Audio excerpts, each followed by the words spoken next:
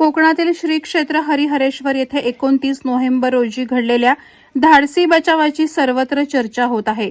हरिहरेश्वर समुद्र किनाऱ्यावर फोटो काढताना एका तरुणाचा पाय घसरून तो थेट खवळलेल्या समुद्रात पडला. प्रचंड लाटा उसळत होत्या. पाण्याचा वेग प्रचंड होता. त्यामुळे काही क्षण गोंधळ निर्माण झाला. तो तरुण खोल पाण्याकडे ओढला जाऊ लागला आणि किनाऱ्यावर उपस्थित पर्यटकांमध्ये भीतीचं वातावरण निर्माण झालं. याचवेळी बजरंग दलचे गोरक्षक महेश संपत बालघरे धावून आले. त्यांनी समुद्रात उडी मारली. लाटांच्या तडाख्याला तोंड देत अनेकांनी किनाऱ्यावरून मदत करत दोरी आणि हातांच्या सहाय्यानं त्या तरुणाला बाहेर काढण्यात यश आलं.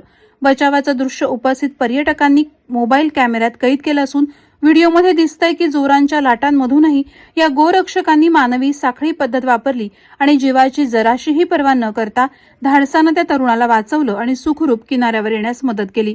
या शौर्यपूर्ण कार्याचा गौरव करत देवस्थान हरिहरेश्वर ट्रस्टतर्फे महेश बालघरे आणि त्यांच्या सहकार्यांचा सत्कार करण्यात आला.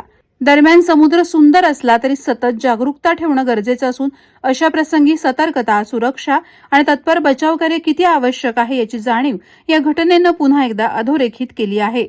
वादळवारा लाईव्हसाठी न्यूज ब्युरो, श्रीवर्धन. नवी मुंबई व रायगड जिल्ह्यातील ताज्या बातम्या आणि घडामोडींसाठी सबस्क्राईब करा वादळवारा लाईव्ह चॅनल आणि दाबा बेल आयकॉन.